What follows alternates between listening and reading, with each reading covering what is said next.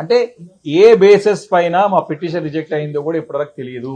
వారికి అన్ని రుజువులు ఉన్నాయి, అన్ని కూడా బాహాటంగా తిరుగుతా ఉన్నారు, వారికి అన్ని రకాల ఆధారాలు ఇచ్చినాము. కాబట్టి ఇది దాటివేయడానికి లేదు.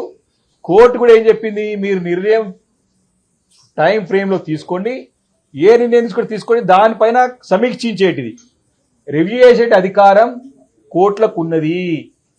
పదే పదే ముఖ్యమంత్రి గారు ఏ రకంగా రాష్ట్ర ప్రజలను తప్పుదోవ పట్టిస్తున్నాడు అంటే, ఏ నిర్ణయం అయినా తీసుకోవచ్చు, మాకు ఇమ్యూన్ ఉంటుంది అంటే చట్ట పరిధిలోకి రాము, మేము ఏ నిర్ణయం తీసుకోవాలి, స్పీకర్ నిర్ణయం ఫైనల్ అని చెప్పినారు. కానీ స్పీకర్ యొక్క పాత్ర అంటే 2 రోల్స్ ఉంటాయి.